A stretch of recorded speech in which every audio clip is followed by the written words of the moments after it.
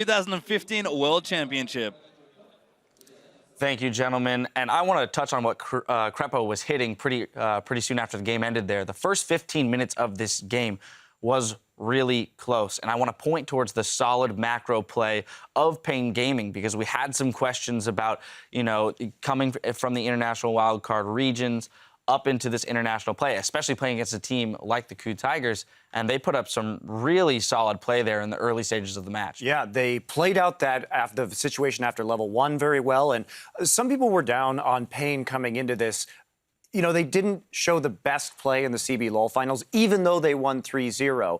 But when they came around and came into that international wildcard match, it really looked like they had leveled up their macro game in a very short amount of time. So I guess I had a little bit more faith in them. I liked their use of double teleport in those matches. So this is something that I think is a good trend for a team like paiN Gaming, even though they couldn't close this one out. I have to add, I expected very little from paiN Gaming, and with this game in mind, I think the early game was very good, as you mentioned, and I think for COG and Flash Fools, I would be those games are going to be a lot closer than I expected, so it's going to be an interesting group. I'm going to return to that point in a little bit to look at the group as a whole, but hammering home, this game here, it was relatively close until a certain point. We started to see KOO make some moves to really separate the game. Monty, who was the standout player here that was the catalyst for that from KOO? Well, it's always the same player in the early game if we're talking about starting to pick up the snowball for the KOO Tigers, and that's going to be Gorilla, because in the laning phase, they always make plays around Gorilla. He moves very efficiently on the map,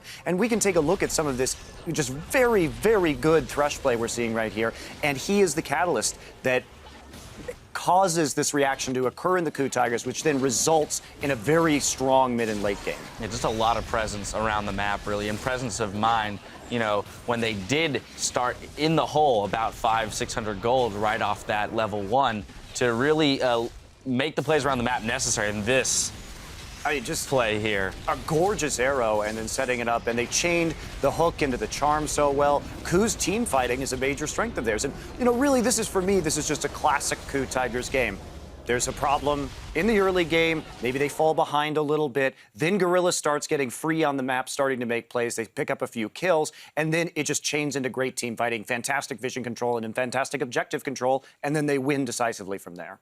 All right, Crumbs, I want to come to you to kind of re-hit the paiN Gaming point, because as we established, they did have some solid macro play, but if you had to point a weakness, where did that fall apart for them? A lot of times when teams are trying to learn how to perfect their macro play, they will overcommit resources to make sure that the play happens. So an example was the TP play in the early game, where they went to dive the Lee Sin and the Gnar. They were only able to get 1 kill, but they wasted the teleport, and a lot of mistakes like that are usually the trend for teams that are learning, and that happened, but it's a good sign that they're really understanding what they need to do, but they just need to refine it a little bit better.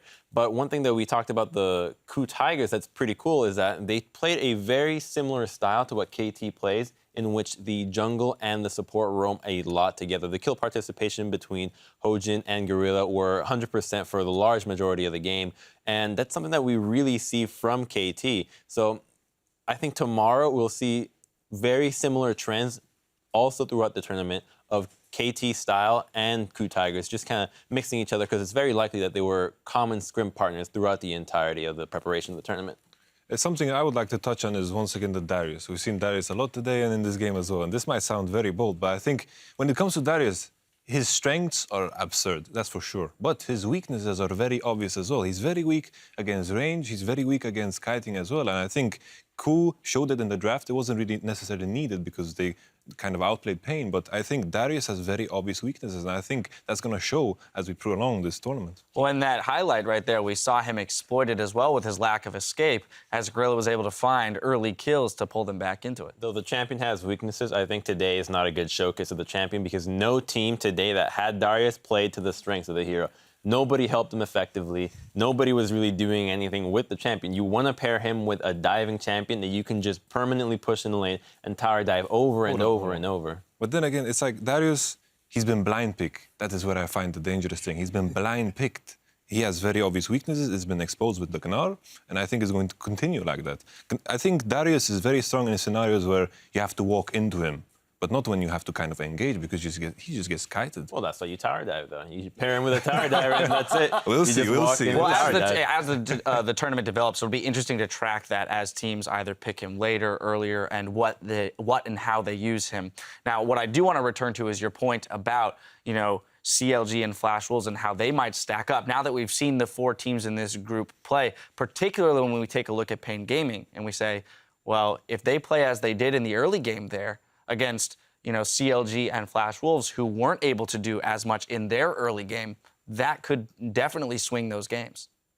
I think that's true. We do have to remember that level 1 did occur, right? So there was a little bit of an outlier right there because KOO made some errors. paiN did a good job of capitalizing on them and getting a little bit of an early advantage. So I want to see paiN when they don't win a level 1 like that, right? Because that's going to tell us a lot. All right, well, we'll have to track that as well. Let's track, too, the standings, though, to check how the standings and the teams are arranged. In Group A, CLG and the KOO Tigers are 1-0, with the Flash Wolves and paiN Gaming still looking for their first win. Then in Group B, Fnatic and Cloud9 are on top 1-0 over Invictus Gaming and AHQ. And in Group C, Edward Gaming and SK Telecom stand tall 1-0 over H2K and the Bangkok Titans. Now, we'll be back tomorrow with another 6 games as the teams continue their march towards the Summoners Cup. It starts with KT Rolster against Team Solo Mid. Then China's #1 seed LGD will face off against Europe's Origin. After that, the Bangkok Titans will challenge the Season 3 world champions SK Telecom. All that will hit your streams tomorrow at 7 a.m. Pacific time, 4 p.m. Central European Summertime. Now that we've gotten a look at some of the teams today, though, guys, what are you excited about tomorrow, matchup-wise, team-wise? Group D, absolutely. The group that we haven't seen yet, the one that has a lot more fan hype around it. And, the teams are all kind of not really expecting that much out of themselves. We saw earlier today with the video that LGD isn't even sure they're going to make it out of the group themselves, which is like, why would they even know? I mean, they even said that themselves. I think that's just a little humility there. Yeah, but still, though, it's something to look forward to. And Darius, of course. Oh, of course. We're looking for just a lot of Darius to see how he's played. Yeah, but obviously it's Group T. I think there is no game in Group T that is going to be boring in a way, I don't know. That first one's going to be pretty boring. We're going to brush that one out, no problem. All right, well, that's fair. That's fair. Are there specific champions that we haven't seen come out today that we're still looking for that we may have expected to have seen earlier in the tournament? More is Fiora, Fiora, we saw just how ridiculous it was in the hands of Marin. He practically one-shot out LeBlanc 100-0. The only reason he wasn't able to was because of the passive. That is a lot of damage that teams should be taking advantage of because Lulu has seen some play. Most likely we'll see more play throughout the tournament. It probably won't be permaban. You couple those 2 champions together, you're guaranteed to get the Fiora ultimate off because of the CC around her, the tankiness that she gets, and it's just such a powerful team fighting combination that I feel like the teams aren't taking advantage because of the weaknesses that Fiora may have in the laning phase. Monty, thoughts? We've seen the Yasuo bans. I want to see the Yasuo picks coming in because we've got some great Yasuo players both in top lane and in mid lane in this particular tournament. It's going to show up at some point, and that's what I'm looking forward to. It's like today we've had very blue side dominated games, and of course they get that one power pick. What I want to see teams do is to kind of do trades where they get the 2 power picks on the purple side where kind of everything OP gets unleashed. I want to see those type of games. Well, plenty of evolution for picks and bans to go through. Now, if you missed any of the action today, stick around because in just 15 minutes, Shocks, Freak, and Officio will be breaking down the highlights from the day. Now, for myself, the casters, and the entire live broadcast crew, thank you for watching, and we'll see you tomorrow. Solid for Ladies and gentlemen.